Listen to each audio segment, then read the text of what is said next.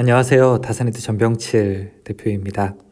오늘은 여러분들과 함께 전기 기초에 사용되는 꼭 필요한 9가지 법칙에 대해서 말씀드리려고 합니다.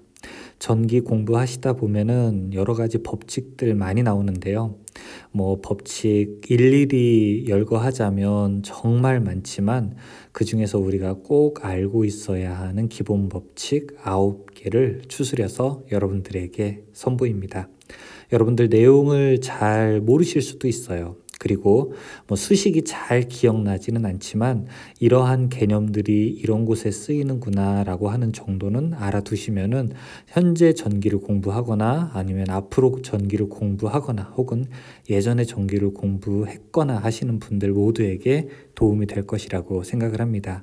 그러면 지금부터 시작하도록 하겠습니다. 첫 번째는 옴의 법칙입니다. 우리가 알고 있는 전기 현상의 50%는 이 옴의 법칙으로 설명이 가능하다라고 이야기해도 과언이 아닌데요. 여기 하나의 전압원, 어떤 전기의 압력을 만들어내는 녀석이 있고 그 다음에 이쪽에 저항이 있을 때 얼마만큼 전류가 흐르느냐를 I로 보게 된다면 이 V, I, R, 즉 전압, 전류, 저항과의 관계를 설명하는 법칙이 이 옴의 법칙이라고 할 수 있습니다. 보통 이제 V는 IR이다 라고 이렇게 이야기를 하고 그 다음에 여기서 파생되어서 I는 R분의 V가 될 수 있고요. 그 다음에 R은 I분의 V로도 이렇게 설명을 할 수 있죠.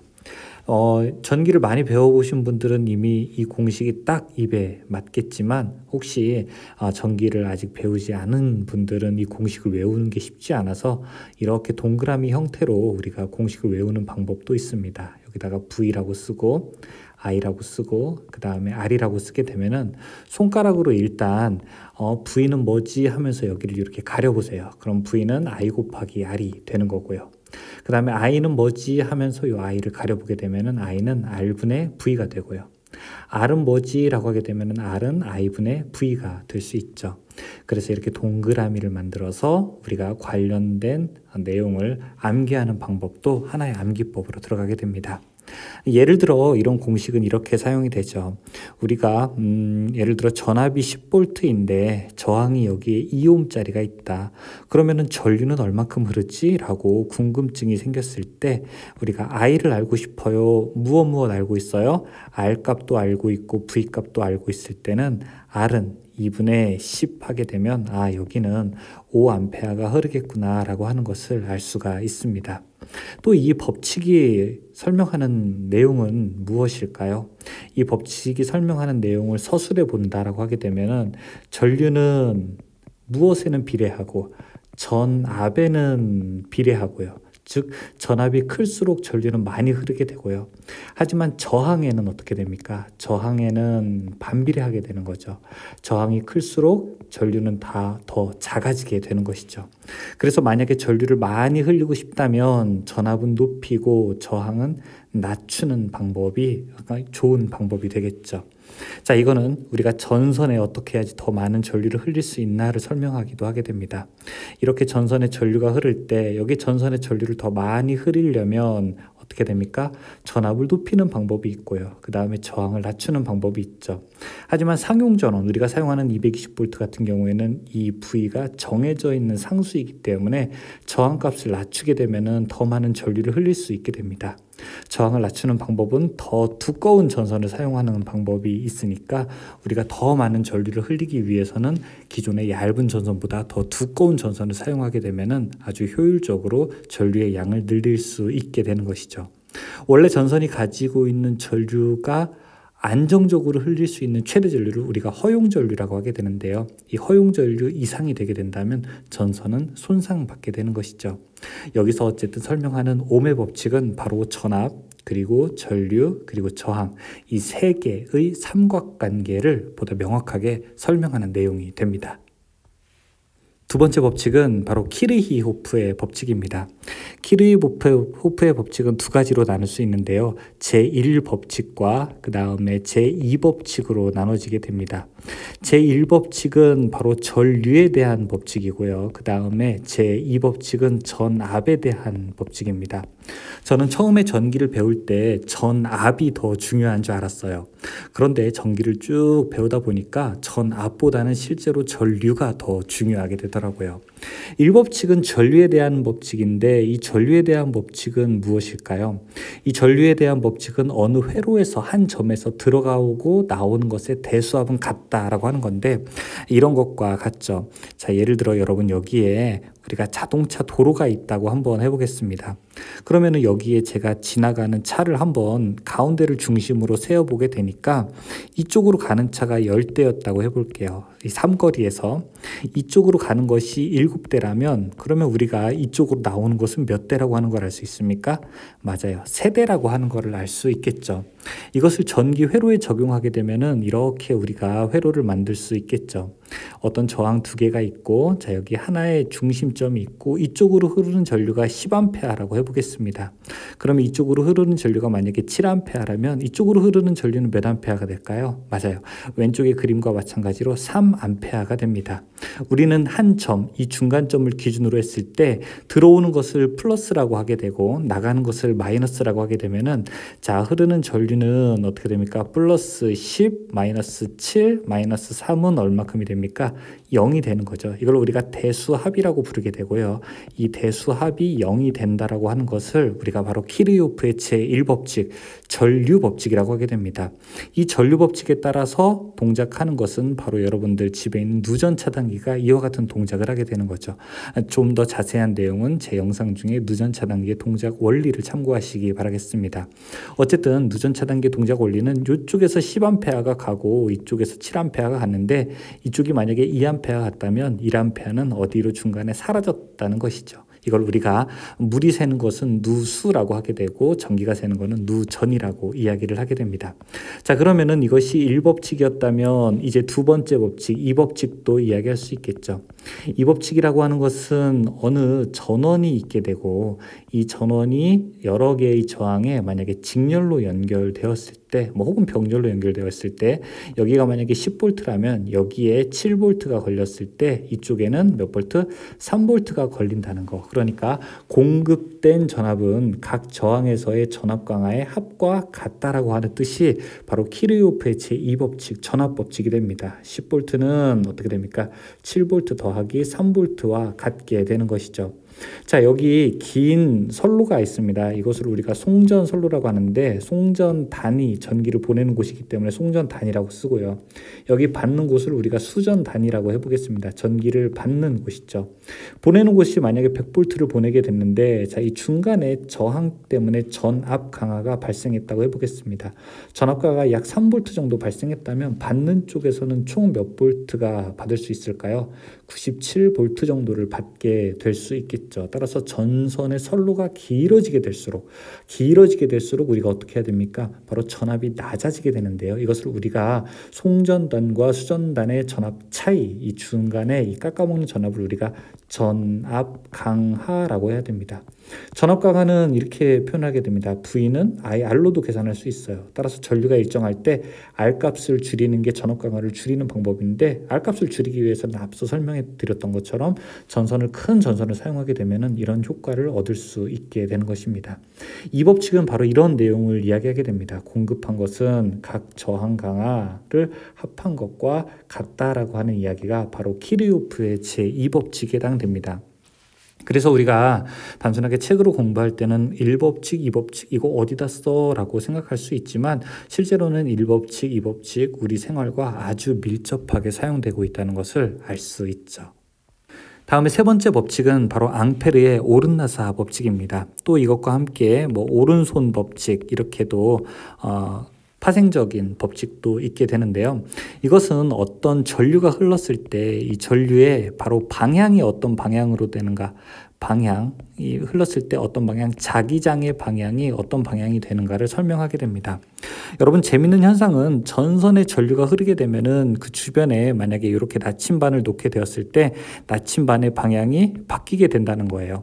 그 이야기는 전선에 전류가 흐르게 되면 주변에 뭐가 만들어진다는 겁니까? 어떤 우리 눈에 보이지는 않지만 자기장이 만들어진다는 걸 볼 수 있죠. 그러면 이 자기장은 도대체 어느 방향으로 만들어질까요? 바로 이 앙페르의 오른나사 법칙, 오른손 법칙이 설명하고 있습니다. 전류가 이렇게 흐르게 되는 것을 여러분 오른손으로 보시게 되면은 오른손의 엄지를 이런 방향으로 하게 되면 나머지 네 손가락이 이렇게 되어 있죠. 제가 그림을 잘 그리지는 못합니다. 그러면 엄지가 이쪽으로 갈 때 엄지를 전류의 방향이라고 하게 되고요. 자, 이렇게 전류의 방향이라고 하게 되고 나머지 네 손가락이 자, 이런 방향으로 이렇게 감아져 있게 되는데 이것이 바로 이 도선에서 만들어지는 자기장의 방향이라고 할 수 있습니다. 그래서 엄지손가락을 전류의 방향으로 했을 때 나머지 네 손가락이 가르치는 방향을 우리가 오른손 법칙이라고 하게 되고 그것이 바로 이 나사산이 돌아가는 방향과 같아서 우리가 오른 나사의 법칙이라고도 이야기를 하게 됩니다. 이러한 내용들은 아래로 파생되어서 만약에 어느 쭉 철에다가 이 권선을 제가 이렇게 감았을 때 전류를 만약에 이쪽 방향으로 흘리게 되면은 이때 여러분들이 손을 감을 때는 이제 반대 방향으로 엄지손가락이 이렇게 가고 나머지 네 손가락이 이렇게 될 텐데요. 이때는 어떻게 됩니까? 전류의 방향이 이렇게 되는 거죠. 따라서 전류의 방향이 지금과 같이 감길 때는 이 왼손이 가르치는 방향이 바로 N극이 되고 자 반대 방향이 바로 S극이 됩니다. 이렇게도 우리가 쓰이게 됩니다. 따라서 여기서는 전류가 흐를 때 어떻게 됩니까? 자기장의 방향을 알 수 있게 되는데 이렇게 사용되는 법칙이 바로 앙페르의 오른나사 법칙, 앙페르의 오른손 법칙이 되게 됩니다.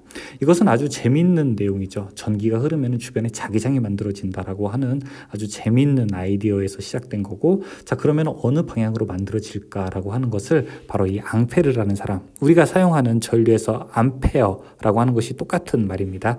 바로 이 사람의 업적을 기려서 우리가 전류의 값을 암페어라고 단위를 매기고 있는 것이죠. 다음에는 쿨롱의 법칙입니다. 쿨롱의 법칙은 두 군데에서 사용할 수 있는데 하나는 전하 사이, 하나는 자하 사이에 작용하는 힘을 볼 수가 있습니다.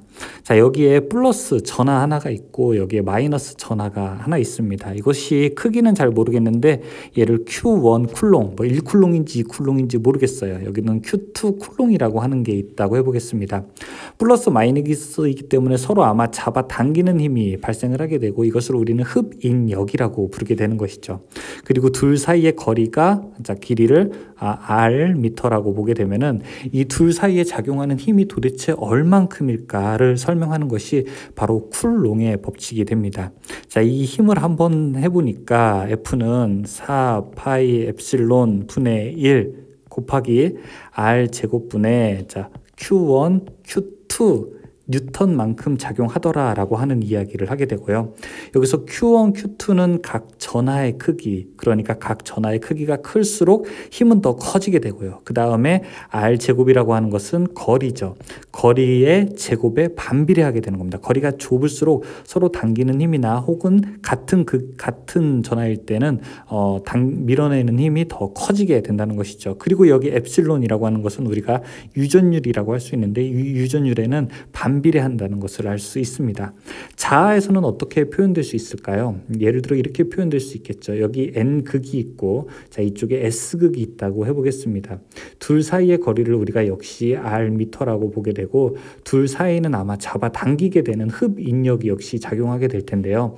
이쪽을 M1 웨버 그리고 이쪽에 자석의 크기를 M2 웨버라고 부르게 되면은 이때 둘 사이에 작용하는 크기 F는 어떻게 됩니까? 4파이 이제는 뮤 분의 1 그리고 R 제곱 분의 M1, M2라고 이렇게 놓을 수가 있습니다.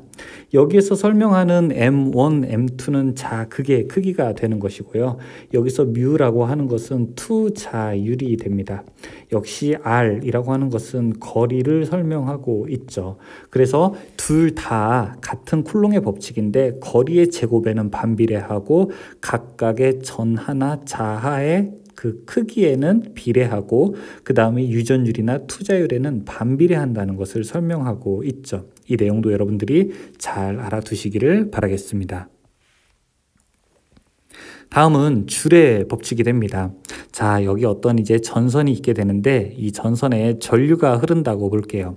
이 전류가 흐른다는 것은 어떤 의미일까요? 바로 전자가 이동한다는 뜻이게 되겠죠. 이 전자가 이동하게 되는데 만약에 이렇게 장애물들, 제가 이렇게 검은색으로 표현을 해볼게요.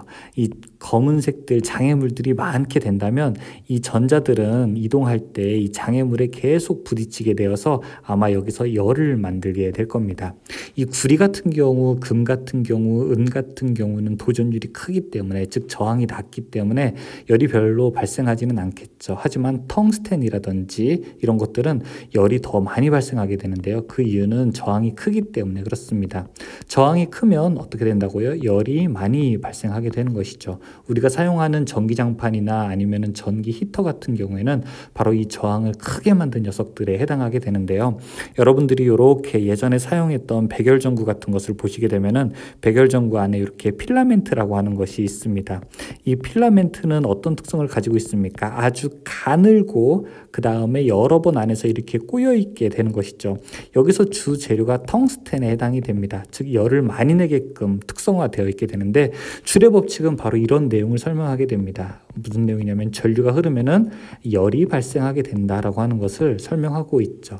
따라서 H는 우리가 I 제곱 RT 이렇게도 나타나게 되는데 여기서 I라고 하는 것은 무엇이냐면은 바로 이 전류에 해당이 되고요. 그 다음에 R이라고 하는 것은 저항이고 그 다음에 T라고 하는 것은 시간이 됩니다. 여러분들 집에 전기장판 있으시잖아요. 전기장판에서 만약에 큰 열을 만들게 되려면 어떤 방법이 필요하게 될까요? 쉬워요. 저항을 크게 하게 되거나 시간을 오랫동안 틀거나 전류를 크게 만들면 됩니다. 하지만 전류를 무작정 크게 하게 되면은 전기요금도 많이 나오게 되고 그 다음에 전류값에 따라서 여기 있는 그 안에 있는 도선의 굵기가 굵어져야 되기 때문에 우리는 어떻게 시간을 길게 사용하는 것이 일반적으로 우리가 사용하고 있는 것이죠. 전류가 흐르면 열이 발생한다는 것은 우리가 비단 요 필라멘트나 아니면 여러분 집에 있는 전기장판에서만 사용하는 것이 아니라 바로 퓨즈의 기본 원리가 되기도 합니다. 퓨즈라고 하는 것은 유리통형 퓨즈인 경우에는 이 안에 얇은 선이 들어가 있거든요. 이 얇은 선이 과전류가 흐르게 되면은 뚝 끊어지게 되면서 바로 과전류에 의한 회로를 보호하게 되는 것이죠. 이렇게 안에 뚝 끊어지게 되는데 이 기본 원리가 바로 우리가 줄의 법칙이라고 할 수 있습니다. 줄의 법칙은 간단하죠. 전류가 흐르면 열이 발생한다는 겁니다. 다음은 패러데이의 전자유도 법칙입니다.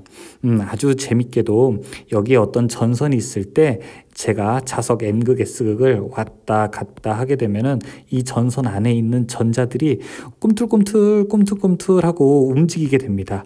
이쪽으로 갈까 저쪽으로 갈까 이렇게 움직이게 되는데 바로 이것이 전기가 만들어지게 되는 것이죠. 어떻게 보면 이것이 발전이 되게 됩니다. 자, 이 상태에서 우리가 전기를 많이 만들고 싶으면 이 안에 있는 전자를 많이 움직이고 싶으면 어떤 방법을 쓰면 될까요? 맞아요. 이 자석을 보다 큰 녀석으로 바꾸면 되고요. 그쵸? 그 다음에 이 전선을 이렇게 한 번만 가는 것이 아니라 이렇게 왔다 갔다 해서 집에 있는 보일러선이 여러분 집에 안방을 이렇게 왔다 갔다 움직이게 되죠. 그러면은 이 자기장이 이 앞에 있는 녀석들에게도 영향을 미치지만 여기 이 뒤에 있는 애한테들도 영향을 미칠 거 아니에요. 그쵸? 따라서 전선을 여러 번 이렇게 꼬아 놓은 형태로 하거나 혹은 이 변화를 더 많이 주기 위해서 자석을 더 빨리 왔다 갔다 하게 되면 됩니다. 그래서 기본적으로 이 모양을 개선시킨 것이 바로 이렇게 N극, S극이 있고 그 다음에 전선을 이렇게 여러 번 감게 되는 것이죠. 그러면은 자기장이 N극에서 나와서 S극으로 들어가게 되는데 이 자석을 왔다 갔다 왕복시킴으로써 이 코일에 통과하는 자석을 더 많게 만들게 되고요. 그러면 이 코일에 바로 전기가 만들어지게 되는데 이 만들어지는 전기를 우리가 유기기전력 혹은 유도기전력이라고 부르게 됩니다. 전기 유도 현상에 의해서 만들어지기 때문에요. 전기를 많이 만들고 싶어요? 어떻게 한다고요? 여기서 나오는 거 자기장 파이예요. 그 다음에 권수 많이 감는 거 N이에요. 그 다음에 왔다 갔다 하는 시간 T예요. T를 더 작게 할수록 왔다 갔다 하는 시간을 작게 할수록 그리고 권수를 많이 자기장의 크기를 크게 할수록이니까 E는 어떻게 됩니까? N 델타 T분의 델타 T 시간의 변화분의 델타 파이 자기장의 변화를 크게 하면 되는 겁니다. 그냥 이 식을 n t분의 파이 이렇게도 생각을 하셔도 크게 다르지 않습니다.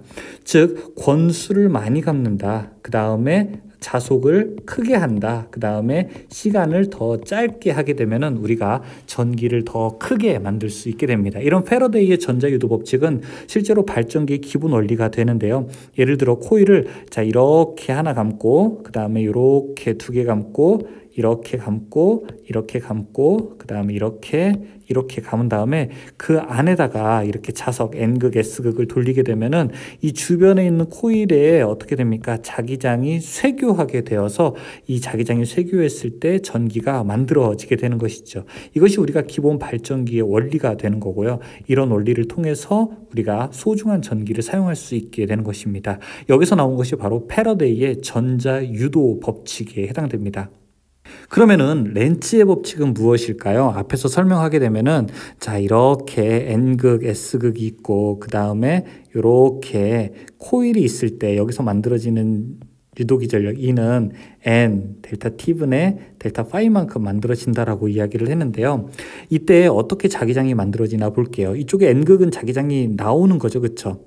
자기장이 나오게 되면 여러분 오른손으로 사용하게 되면 이렇게 오른손이 이게 오른손이 아닌 것 같은데 자 이렇게 해볼게요.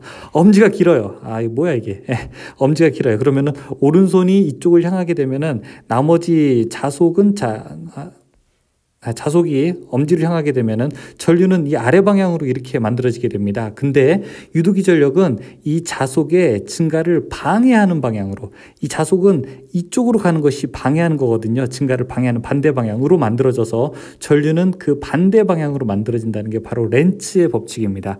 렌츠의 법칙은 한마디로 해서 전류가 만드는 자기장의 증가 혹은 감소를 방해하는 방향으로 유도기전력이 만들어진다라고 하는 것을 우리가 설명하고 있는 겁니다. 그래서 여기다가 마이너스 하나를 집어넣게 되면 됩니다. 이 마이너스가 바로 렌츠의 법칙이 되는 겁니다. 뭐 렌츠 상관없게 되는데요. 이것이 다음 사이클일 때 만약에 N극이 저렇게 밖으로 나가게 되면 자속이 감소하잖아요. 이때는 반대로 이쪽으로 자기장이 만들어지게 되는데 이렇게 만들어질 때는 이 파란색 방향으로 유도기전력이 만들어지게 되는 것이죠. 그래서 자속의 증가 혹은 감소에 따라서 이 극이 바뀌게 되는데 그것이 바로 렌츠의 법칙이 설명을 하고 있습니다. 어떻게 보면은 교류가 만들어지는 것을 여기서 설명하고 있는 것이죠. 만약에 자석이 가만히 그냥 제자리에 있을 때는 절대 전기는 만들어지지 않아요. 왜?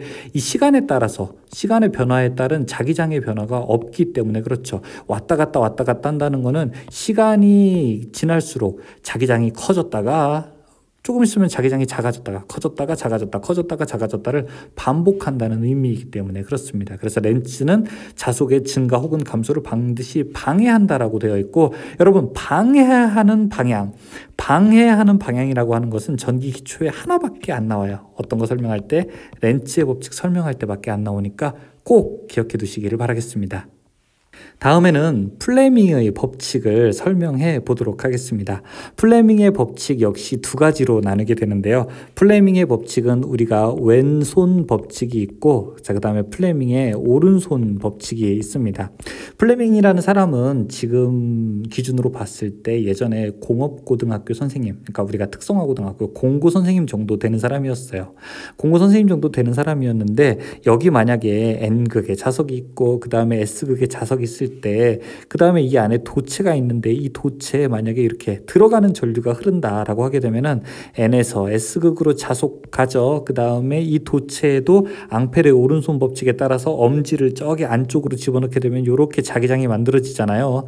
그러면은 자기장의 방향이 이 검은색과 빨간색 여기는 일치하게 돼서 여기는 밀도가 높게 될 거고 이 아래는 상수에서 밀도가 낮게 될 텐데 그러면은 이 도체가 밀도가 높고 낮음에 따라서 바로 위에서 아래로 움직일 것이다 라고 하는 것을 학생들에게 설명해야 되는데 이걸 설명할 때마다 너무 어려우니까 이걸 쉽게 설명할 수는 없을까 라고 하다가 플레밍은 왼손과 오른손을 사용해서 설명을 하게 됩니다.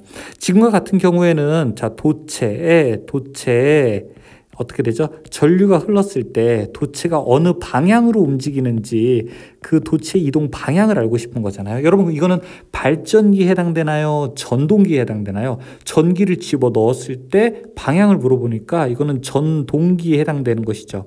이 전동기는 여러분들이 오른손, 왼손, 우리가 우, 발, 좌, 전으로 외우면 되는데요. 바로 왼손을 가지고 이용을 하게 됩니다. 즉, 왼손이 어떻게 되냐면은, 제가 그림 잘 못 그려요. 이렇게, 그 다음에,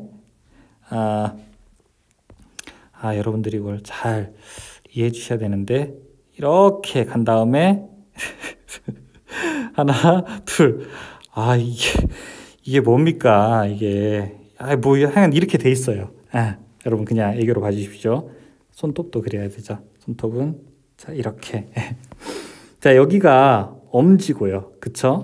엄지. 그 다음에 이쪽이 검지. 그 다음에 이쪽이 중지가 되죠. 각각 90도가 되죠. 엄지, 검지와 검지, 중지는. 엄지가 나타내는 것은 바로 도체의 방향이고요. 검지가 나타내는 것은 자속의 방향이고, 중지가 나타내는 것은 전류의 방향이에요. 그러면은 일단 자속의 방향은 N에서 S극으로 갔으니까, 자, 이 왼쪽에서 오른쪽으로 향한다고 해볼게요. 왼쪽에서 오른쪽으로 향하니까 이쪽으로 갔어요. 검지는요. 그쵸? 그 다음에 이 도체의 방향은 어디로 갔습니까? 도체의 방향은 안쪽으로 가게 됐죠. 검지로 자속의 방향 갔죠. 그 다음에 전류의 방향이 여러분 보시면 이 모니터 쪽, 지금 여기 화면 쪽으로 가게 되죠. 그러면은 엄지가 어떻게 되나요? 자, 검지가 이쪽으로 가게 되고요. 검지가 이쪽으로 가게 되고, 그 다음에 중지가 벽 쪽으로 가게 되면 엄지가 이런 방향으로 아래를 향하게 되는데, 지금 여기에서의 방향과 이쪽에서의 방향이 어떻게 됩니까? 일치하게 되죠. 그쵸? 아래 방향으로. 그래서 자, 여기 플레밍의 왼손 법칙은 이런 이야기를 하게 됩니다. 우리가 전동기를 설명할 때 사용하게 되는데, 전동기는 내가 자기장을 주고 그 다음에 전류를 주니까 도체의 방향이 어디로 갈지를 설명할 수 있게 된다는 거예요. 그럼 반대로 이런 경우도 있겠죠. 여기 N극이 있고 이쪽에 S극이 있는데, 여기 만약에 내가 도체를 위로 움직였다. 그럼 이때 전기의 방향은 들어갈 것인가, 들어가는 건 X, 나올 것인가, 나오는 거는 점, 어디로 갈 것인가를 설명할 수도 있어야 돼요. 이때는 바로 플레밍의 오른손 법칙이 사용되게 되는 겁니다. 오른손 법칙은 뭐예요? 이때 자석이 있고 도체를 움직이는 거니까 이거는 우리가 발전기의 원리를 설명할 수 있게 되는 것이죠.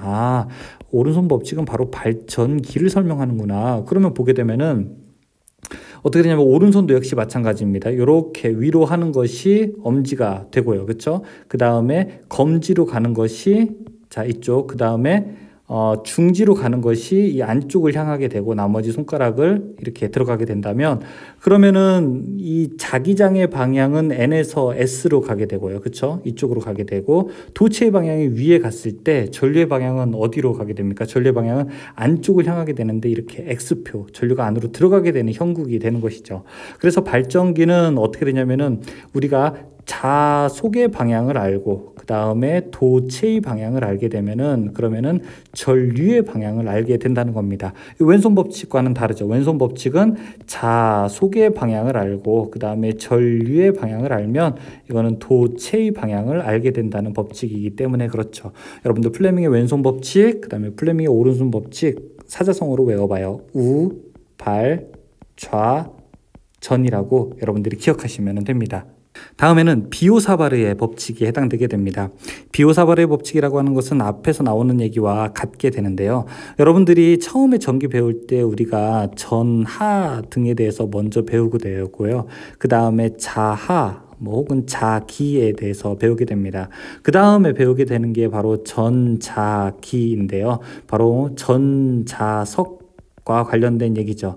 이것은 뭐냐면은 우리가 인류가 가지고 있는 자연적 현상인 전하와 자하를 가지고 어떻게 하면 우리가 인위적으로 만들 수 있을까, 전자석을 만들 수 있을까를 설명해야 되는 것이죠.